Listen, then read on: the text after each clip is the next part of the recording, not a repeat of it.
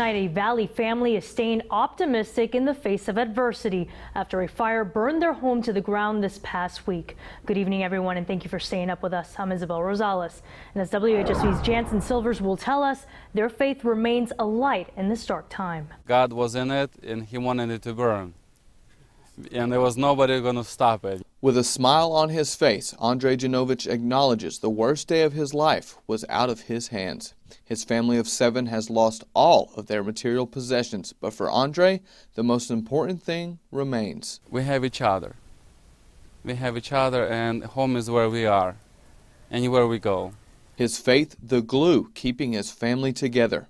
We were praying for a long time and saying, God, whatever is not right in our lives, whatever you want to take it.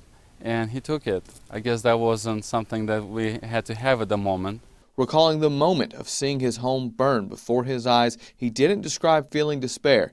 Instead, we actually opened the Bible, and we were reading the Bible and watching it burn. His optimism not stopping his family's pain of losing a home. To see our children probably kind of lose their home. The little ones were crying, and they wish they can stay. They keep asking, when are we going to come back to our home? The fire may have burned down his family home, but it will not destroy his outlook on life. You have to have hope in order to make a change. Right now, their plans to rebuild are hazy, but they know they'll take the next step together. In Augusta County, Janson Silvers, WHSV.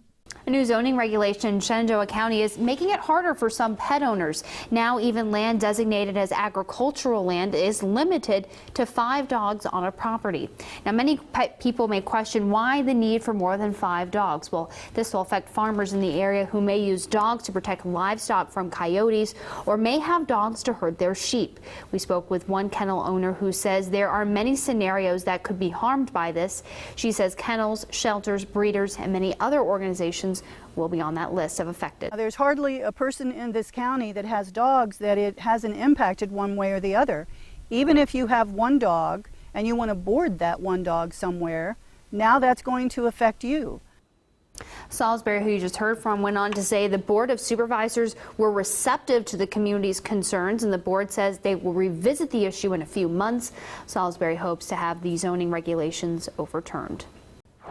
In our top story tonight, loved ones of missing Stanton woman Bonnie Santiago are uniting to honor her, celebrating her life in a vigil. Santiago was reported missing in July of 2014, and this winter a search warrant filed in Augusta County Circuit Court showed police and family members believed her to be dead. Then a tip came in that her body might be in a septic tank in the Augusta Springs area, but after searching, police did not find her. The family's hope of finding her, however, still very much alive. WHSV's Janson Silvers was at her vigil today in Stanton. It's a struggle. My mom was my best friend. Rafael Santiago's mother vanished more than 2 years ago, and her disappearance is still taking its toll. Our family's, it's been torn apart. The hardest part for me is being the oldest, is keeping my family together. That message of staying united and not losing faith emphasized in today's vigil. Hopeful. It just is the name of the event today was Hope for Bonnie, and I think that's exactly what it is. Every day there's hope. My grandchild missing 3 years later. Bringing together families who have all experienced a loved one gone missing is powerful. When you have somebody who can relate to what you're going through because they themselves are going through it, it makes all the difference in the world because you don't have to explain, you just know. But as much as today's vigil can offer healing, the hurt of losing your best friend stays forever. I'm angry, I really am. I pray every day. I cry every day. But she's keeping me strong. She really is. For Bonnie's son, hope will never die. Mom, I love you. I hope you're proud of me, and I want you home. In Stanton, Janson Silvers, WHSV. Right now, crews in Harrisonburg are working on the Reservoir Street Improvement Project. The project will widen Reservoir Street from University Boulevard to the city-county line by Centera RMH Medical Center. With a project this large, some accommodations have to be made, like moving some signs.